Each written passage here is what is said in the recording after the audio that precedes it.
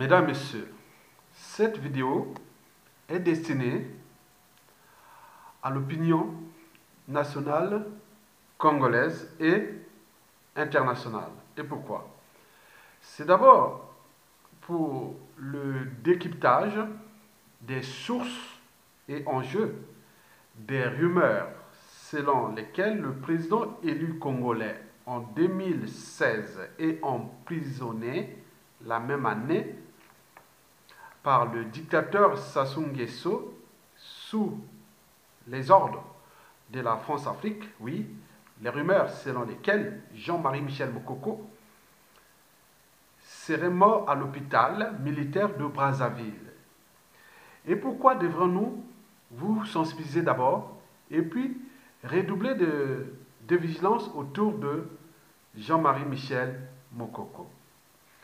Pour commencer, je vais d'abord vous lire ici le communiqué de presse publié le 5 mars 2019 par l'association qui défend la cause du président élu congolais Jean-Marie Michel Mokoko. Voici ce communiqué. L'association Action pour le Congo avec Jean-Marie Michel Mokoko, France ACBJ 3e, dément formellement les rumeurs selon lesquelles le général Jean-Marie Michel Mokoko serait décédé. Le général Mokoko est vivant et bien portant.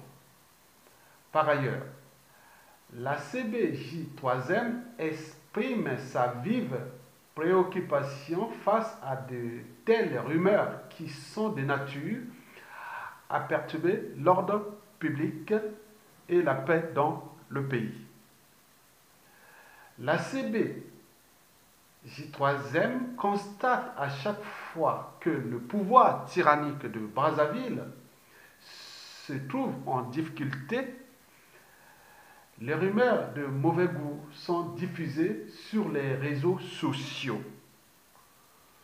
La CBJ 3e demande donc à l'opinion nationale et internationale de redoubler de vigilance autour du général Jean-Marie Michel Mokoko. Faite à Paris le 5 mars 2019 pour le bureau de la CBJ 3e, le président Dr Thierry Paul Ifunja. Mesdames, Messieurs, vous savez, c'est toujours les mêmes rumeurs. On avait envoyé des rumeurs sur moi, Ayatonga, que Ayatonga c'est un terroriste. C'est fut diffusé par les réseaux WhatsApp. Et donc, depuis Brazzaville, tout le monde entier était au courant qu'Ayatonga c'est un terroriste qui appelait les quartiers nord de Brazzaville à se soulever contre le dictateur Denis Sassou Nguesso. Et donc, ils avaient diffusé ces messages-là, il y a eu des contre-réactions. Du non, c'est pas vrai. Donc, nous étions là en face d'un délit d'opinion. Et donc, vous connaissez déjà la nature du régime. Donc, ce ne sont pas des enfants de cœur. Donc, il faut savoir que le régime Sassou Nguesso a toujours agi de la même manière. Ce régime n'a jamais changé de méthode. Oui, il n'a jamais fait d'ailleurs de politique, ni du social. Toujours les mêmes méthodes. L'achat de conscience, la violence et surtout les rumeurs qui ne sont que là pour faire la comédie ou divertir le peuple. Mesdames, Messieurs, je vous informe qu'à chaque fois que le dictateur Denis Sassou Nguesso est en difficulté, il a toujours utilisé soit la diversion, les rumeurs et à défaut la violence. Mais là, la rumeur qui concerne Jean-Marie Michel Mokoko, sur la mort de Jean-Marie Michel Mokoko, il ne s'agit pas ici de simples rumeurs ou d'opérations de diversion. Ces rumeurs concernant la mort de Jean-Marie Michel Mokoko sont à prendre au sérieux. Bien sûr que ces rumeurs qui sont diffusées à travers les médias et réseaux sociaux sont tous été pensés, structurés, organisés et managés depuis les réseaux France-Afrique, et de l'oyocratie. Donc, en réalité, les sources de les donneurs d'ordre de ces rumeurs, c'est d'abord le dictateur lui-même, en compagnie de son neveu, Jean-Dominique Okemba, qui est le patron des services secrets congolais. Et celui-là même qui il pense que pour Jean-Dominique Okemba, Mokoko doit mourir tout de suite. Et Mokoko est encore en vie. Peut-être que Sassou Nguesso attend les ordres de la France-Afrique. Mais pour Jean-Dominique Okemba, le patron des services secrets de Sassou Nguesso, Mokoko devrait mourir depuis. Donc il cherche tous les moyens pour l'assassiner. Et donc pour lui, c'est Mokoko en vie, ça commence à bien faire. Parce que lui, il a aussi son agenda, M. Jean-Dominique Okemba. Parce qu'il croit devenir, il croit être après son oncle, Denis Sassou Nguesso, qui après ça sera peut-être son tour. Bien sûr qu'il est en guerre de succession avec le fiston de Denis Sassou Nguesso, celui qu'on appelle Denis Christophe Sassou Nguesso, le Zaïrois, celui qui a volé le pétrole congolais, que tous les Congolais appellent le voleur. Et Jean-Dominique Okemba, qu'on appelle le chimiste, donc il connaît bien les poisons. Bon, donc c'est une guerre de pouvoir qui se joue déjà entre Denis Christophe Sassou Nguesso, le fiston choisi par son papa pour soit les succéder, et aussi Jean-Dominique Okemba qui joue les coups bas. Il sait que, au cas où Jean-Marie Michel Mokoko meurt, il aura la voie libre dans la partie nord, puisque le Congo-Brazzaville est divisé en deux parties politiques, géopolitiques, nord-sud. Le nord, c'est pour le clan, le dictateur Sassou Nguesso, c'est pour eux. Et le sud, c'est pour leurs complices et les victimes aussi. Les complices, c'est pour entretenir la tyrannie. Les complices sont faux opposants et autres. Ils rentrent dans les mécanismes de la conservation de la tyrannie nordiste qui est à Oyo. Et les victimes, qu'au cas où ils tuent là-bas dans le sud, et pour souder les nordistes avec eux. Mais là, il y a deux individus encore. Au commissariat Salissa, bon, ça ne pèse pas pour lui, pour eux. Ils y pensent comme ça. Mais celui qui pèse aujourd'hui, c'est Jean-Marie Michel Mokoko. Celui qui a osé dire non à Denis Sassou Nguesso, celui qui a osé dire, à gagner l'élection face à Sassou Nguesso. Donc pour eux, non, c'est quelqu'un à battre, il faut qu'il meure. Et donc, les messages là, il faut les prendre au sérieux. Donc ils sont là, ils trouvent les moyens là pour les canaux, ils sont là. C'est pensé. Maintenant, il faut dire que la plupart des messages qui sont lancés depuis les officines informatiques ou Internet, depuis les plateformes de renseignement congolais qui sont d'intelligence congolaise au service de la tyrannie qui sont situées au You et d'où là-bas, avec des relais qui sont un peu partout dans le monde. Donc ils lancent ces messages pour diffuser via des canaux. Donc ce ne sont pas des enfants de guerre, donc ils jouent la survie de leur pouvoir. Parce que depuis 2015, le régime de Sassou Nguesso n'est plus en situation de pouvoir. C'est en situation de survie au pouvoir. Bien sûr qu'ils ont peur de se retrouver dans les mêmes conditions qu'ils ont fait aux autres. Et donc, par conséquent, ils survivent. C'est un régime politique agonisant, à bout de souffle, au bout de rouleau, et qui, à tout instant, peut chavirer, comme un bateau qui chavire. Donc, là, ils mettent tous les moyens de l'État dont ils disposent. Et puis, les canaux dont ils ont l'argent. Donc, la fin ne justifie pas les moyens. Donc, ils ont le moyen de faire tout ce qu'ils veulent. Mais ils ne savent pas que c'est un effet d'entraînement. Hein? Comme on dit, un père qui bat sa femme devant ses enfants apprend la violence à ces derniers. Ces derniers deviendront un jour des adultes et tiens, ça recommence sur d'autres victimes. On appelle les cycles de la violence. Donc ça nous donne aussi les cycles de la tyrannie. Donc ce qu'ils ont fait aux autres, ils sont arrivés là par effraction. Ils sont on leur envoyer des lettres de rappel, de tout ce qui était des rappels du peuple. Ils continuent à s'entêter parce que le pouvoir pour eux c'est comme un gibier qui est dans le filet. Il va plus. Une fois qu'on l'a, on va les garder comme ça. Mais il y a des soucis, il y a des problèmes. Mesdames, Messieurs, c'est ce problème-là que je vous dis par la suite.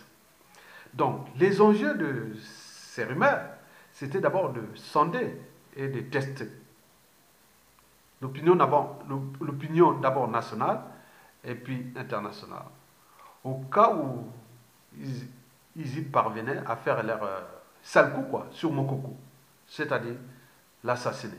Donc peut-être quelque part, il serait en train de préparer déjà que, bon ben, peut-être il va être malade, il va mourir.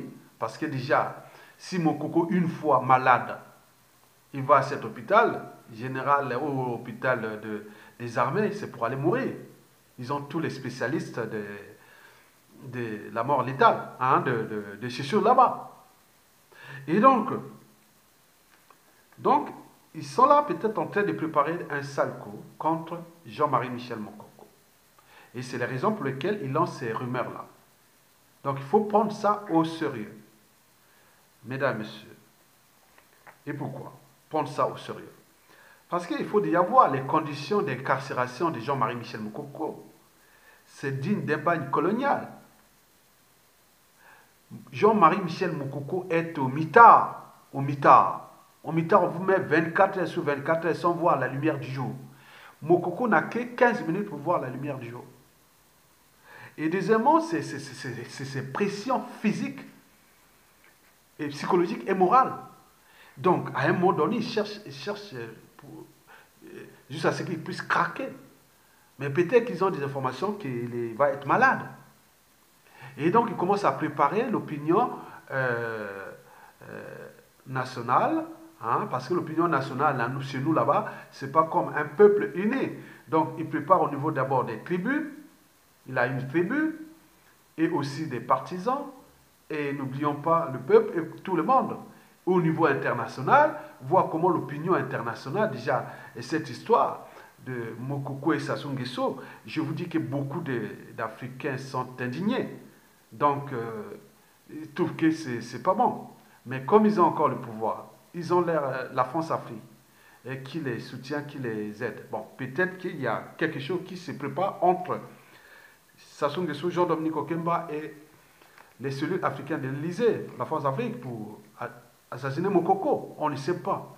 Déjà, le Forum Radio des droits de l'homme en Suisse avait déjà lancé le message que Mokoko serait en danger. Mais là, on nous signale qu'il est en bonne santé, il se porte bien. Bon, croisons les doigts. Mesdames, Messieurs, je vous rappelle que ce ne sont pas des enfants de cœur. C'est des gens qui n'ont plus rien à perdre. Ils savent que s'ils perdent ce pouvoir, ils sont finis. Donc, ils sont obligés de mettre tous les moyens de l'État pour ça. Bon. Donc, pour eux, c'est assassiner Mokoko. Personne, il faut pas être... Je ne suis pas naïf. Je ne suis pas passif ou naïf. Non. J'ai le son des détails. Parce que pour ceux qui sont naïfs, parce que le capital d'essai de Denis Sassou Nguesso est énorme. Vous savez que Sassou Nguesso a éliminé un cardinal. Il a éliminé un président en exercice. Il a éliminé un ex-président. N'oublions pas tous les officiers supérieurs militaires, emprisonnés, assassinés, les cadres civils, politiques et militaires. Mais le capital d'essai déjà de ce monde qu'on appelle les cadres, c'est énorme. Mais comme eux, depuis les années 1960 jusqu'à nos jours, on a eu des gens très intelligents. Mais ils ont été d'une naïveté sans borne. Donc les gens qui croient que, bon ben, non, on va voir. Non, ils se préparent à quelque chose. Il y a quelque chose qui se prépare. Donc il faut faire attention. Donc il faut que nous puissions éveiller la conscience de tout le monde. Parce que le cas Mokoko est une situation qui n'est plus que nationale, mais aussi continentale. Parce que si nous laissons ce genre de comportement agir, c'est en termes de repères. Déjà au niveau national, si on laisse Sassou Nguesso faire ça au niveau des repères, il y a certains effets d'entraînement, de conditionnement. Donc on dit, bon, ben, si on a fait ça, demain je peux le faire, puisque c'est possible. Ça soit en train de faire là, c'est possible. Regarde, depuis 2016, il a emprisonné un président élu, abusivement, personne n'a réagi et autres. Donc c'est possible. Donc ils peuvent aller jusqu'au bout, l'assassiner. Mais ce n'est pas tout. Mais c'est l'après. Les réactions en chaîne dans l'espace et le temps. Mesdames, Messieurs, peuple congolais, Le problème, il faut savoir que pour alerter les officiers de Sassou Nguesso et de sa force Afrique, que Mokoko, c'est un symbole, c'est une icône. Il a une tribu, il a des partisans, il a un peuple. Demain, il aura toujours certainement des apôtres. Et donc, on ne doute pas. Un symbole sans conséquence enchaîne dans l'espace et le temps.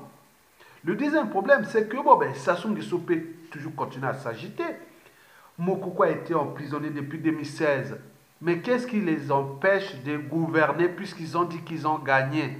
Pourquoi, au lieu de demander au peuple congolais, et si j'ai gagné, mais pourquoi la crédibilité de Sassou Nguesso doit passer par Mokoko pour accepter que Sassou a gagné alors qu'il n'a pas gagné? C'est monsieur 8%. Et encore 8% parce qu'on avait fait venir une grande partie d'étrangers. Sinon, Sassou Nguesso serait monsieur 3%. Donc, vous avez là depuis 2016. Vous êtes là tranquille, non? Il est en prison. Mais pourquoi tout cet acharnement contre Jean-Marie Michel Mokoko? Bon, la réponse, c'est qu'il faut aussi se dire que tant qu'on parlera encore de Sassou Nguesso, de Jean-Dominique Okemba, du clan de Denis Sassou Nguesso, de tout ce monde-là et les dignitaires-là, plus rien ne marchera. Regardez, tous les signaux sont au rouge, les indicateurs macroéconomiques sont au rouge. La situation sociopolitique, socio-économique, humanité est au rouge. Les cadres de vie tout au rouge. Vous allez encore tenir jusqu'à quand? Vous allez vous fracasser tout seul. Tout le monde le dit. On a envoyé les lettres de rappel ou des vidéos ou des réseaux à Christine Lagarde, pas d'argent à Sassou Nguesso. Si la France peut aider, elle peut demander à la France, demander les Français de cotiser pour sauver Sassou Nguesso là-bas. Mais pas l'argent de la communauté internationale pour sauver un dictateur agonisant qui n'a jamais fait de politique, ni d'économie, ni sociale. Toujours l'achat de conscience, la corruption et surtout les assassinats. Mais jusqu'à combien de temps encore? Donc, Sassou Nguesso le sait très bien que plus rien ne marchera tant qu'on lui sera là. Il peut faire ses impôts injustes, il peut faire ses péages à la sauvette, il peut faire tout ce qu'il peut faire. Ils vont se fracasser. Ils ne savent pas. Et le peuple attendra aussi longtemps. Parce que le peuple, c'est qui? Le peuple, c'est vous et nous. C'est tout le monde. C'est énorme. Nous avons déjà un tiers de la population congolaise à l'étranger.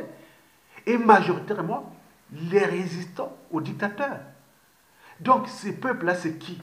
C'est des Sassou Nguesso bis ou Sassou Nguesso puissant 10 autres contre eux.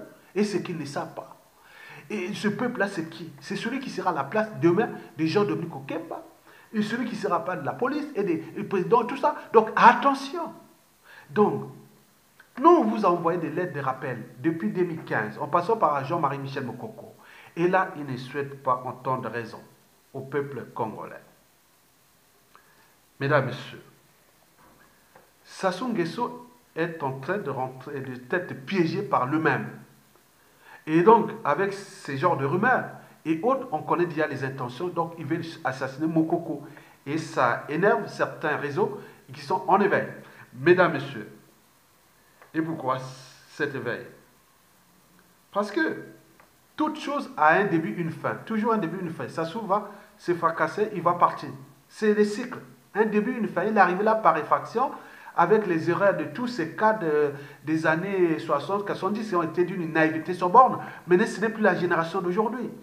Médias, réseaux sociaux, ils ont toutes les informations sur vous aussi, autres. Ils ne vous vont jamais laisser. Ils ne vous lâcheront pas. Ils seront toujours un guide ou quelqu'un qui pourra quand même les apaiser. Ce serait Jean-Marie Michel Mokoko. Mais là, vous êtes en train de jouer contre vous-même. Donc, dans la règle d'or, ne faites jamais autobie ce que vous ne souhaitez pas qu'on le fasse sur vous-même. Et il y a aussi la psychanalyse. Parce qu'il faut se le dire. Quand les mots, les injures, les menaces, les drames, les tragédies et tout compagnie ne suffisent plus, que le danger est proche. Il y a des contentieux historiques non réglés, les règlements des comptes non réglés, et les haines, et vous ajoutez les haines aux haines, parce que vous avez le monopole de ça. Donc, moi je pense que vous jouez contre vous-même, mesdames, messieurs. Oui, je dis que nous sommes individuellement et collectivement en danger au Congo-Brazzaville. Pendant la Sassou Nguesso qui attaque tout le monde, Et peut-être demain, à la chute de Sassou Nguesso, et tous ces peuples vont attaquer ces gens-là. C'est le danger. D'où l'intérêt de redoubler de vigilance autour de Jean-Marie Michel Mokoko. Et pourquoi? Parce qu'il est le fédérateur. J'ai un ancien ministre de la Justice, M. Ouabari. Il nous a dit là samedi dernier. Mokoko connaît beaucoup de choses de ce pays. Il connaît beaucoup de choses. Et si nous les perdions, et c'est ce que je vais vous dire après, ça sera dangereux. Mesdames, Messieurs, Mokoko, un peu aujourd'hui, pas la même dimension, mais quand même comme Nelson Mandela. Comme Nelson Mandela a été abusivement emprisonné pour ses 27 ans de prison. Mais les africaneurs venaient le voir pour dire non, mais écoutez, on va te donner les fonctions, tu vas être ceci, on va te libérer, on va te. Négociation. Non. Mandela avait donné qu'une seule condition. Si on me libère, c'est pour l'intérêt du peuple sud-africain, qu'il soit blanc ou noir.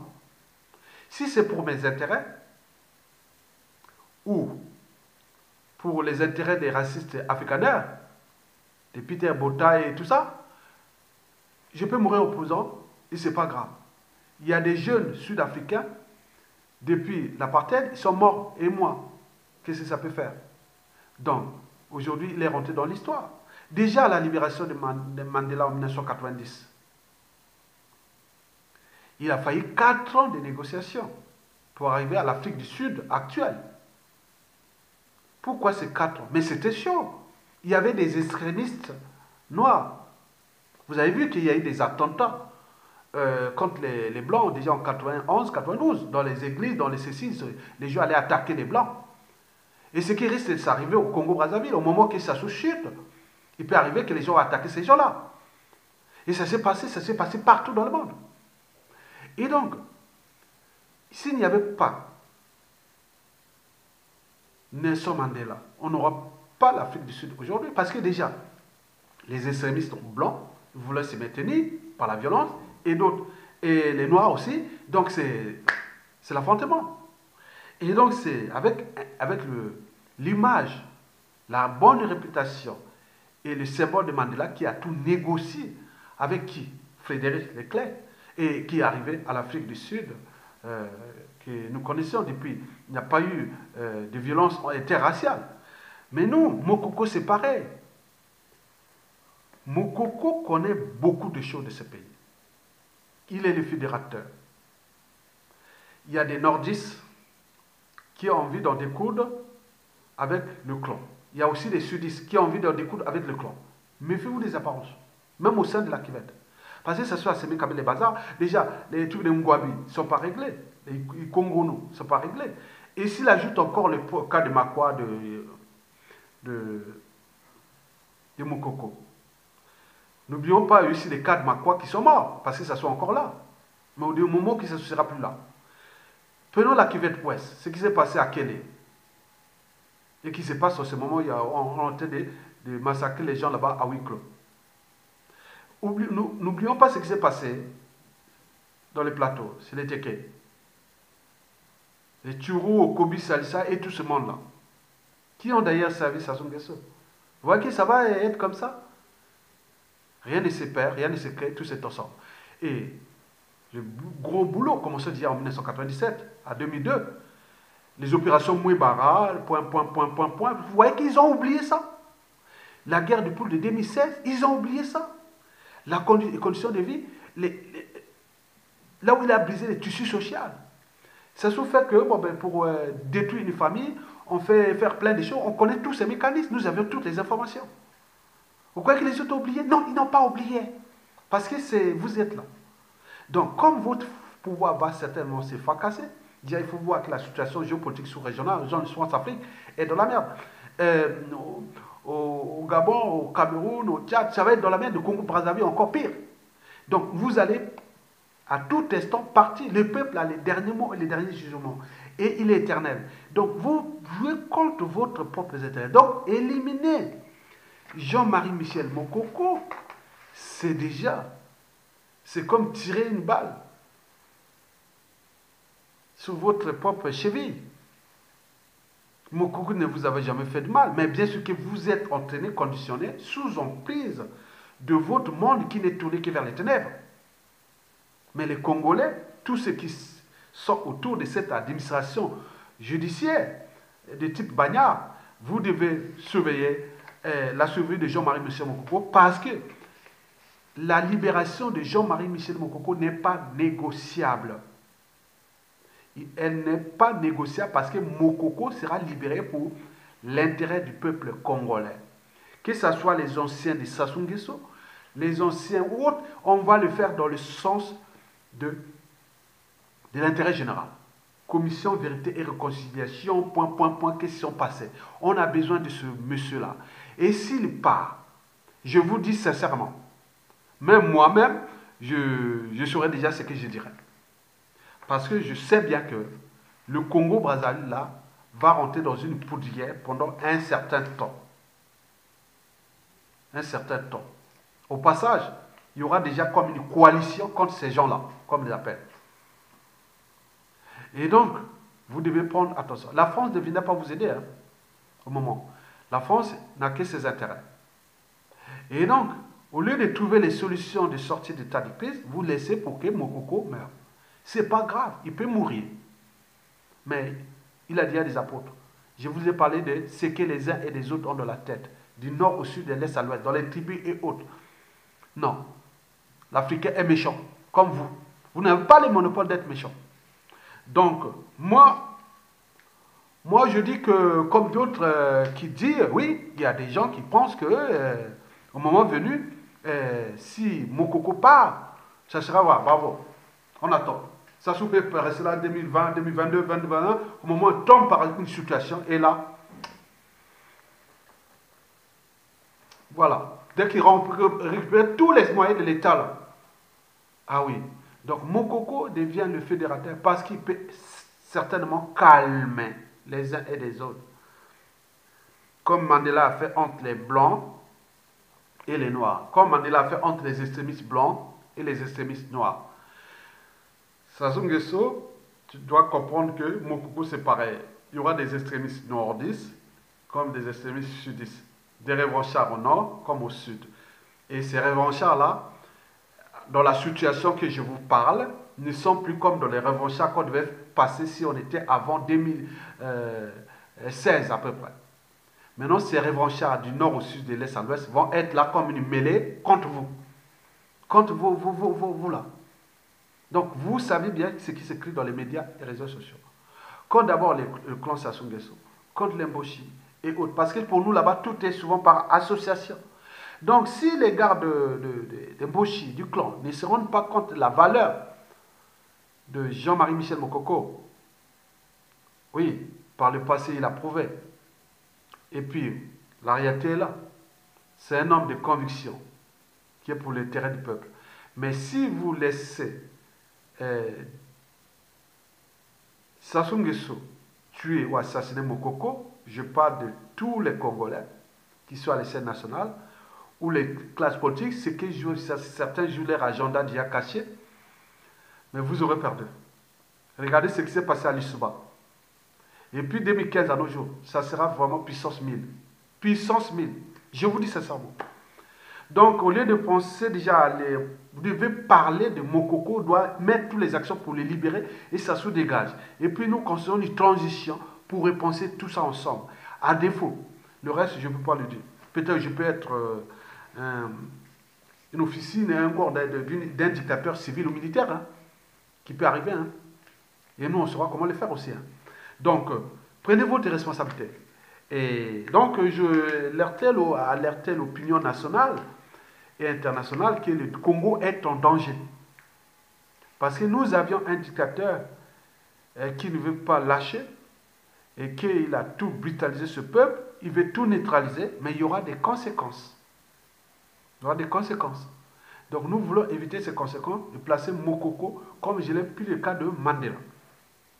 Et vous l'aurez compris. Je pense que les murs ont des oreilles, mais nous sommes là pour dire que non. Je ne sais pas comment passe la France-Afrique, mais je ne sais pas. La priorité de Mokoko, c'était détruire la France. Moi, je ne sais pas pourquoi la France s'acharne contre Mokoko en pensant Peut-être parce que depuis ces derniers temps, ces ministres, il y a même un ancien ministre de la Santé puis des Affaires étrangères, je sais pas quoi, et qui est allé faire des trucs de quoi, de assurance maladie au Congo, l'hôpital, tout est par terre. Au passage, il repart avec des millions d'euros. Et tout le monde quitte la France ici pour aller se servir là-bas. Mais c'est immoral, c'est un acharnement contre lui. C'est un malade mental qui ne comprend plus qu'il est malade. Donc il ne faut pas laisser un pays comme ça. Donc les Congolais civils, politiques et militaires, nous devons prendre notre responsabilité pour libérer notre pays. Parce que c'est le nôtre, c'est le vôtre, c'est pour tout le monde. Mais il n'y a pas un seul individu qui peut être là à commanditer les assassinats des uns et des autres et rester là. Et je voulais dire que si Moukoko partait, par malheur, hein, s'il arrive quelque chose, moi je suis sûr et certain. À ce moment-là, vous pouvez faire les hypothèses, si vous avez des images, faites les hypothèses de 1990 à 1994, pendant l'apartheid, hein, pendant la libération de Nelson Mandela, entre 1990 à 1994. Demandez, il y a des vidéos même ça. C'était dur pour en arriver à cette Afrique du Sud. S'il n'y avait pas Mandela, ce serait dur. Ce serait dur. Donc nous, au Congo, là-bas, ce sera comme ça. Mais comme il y a 90% du peuple contre ces gens-là, c'est eux qui vont perdre. Alors que, vous voyez, vous avez tout compris. Merci.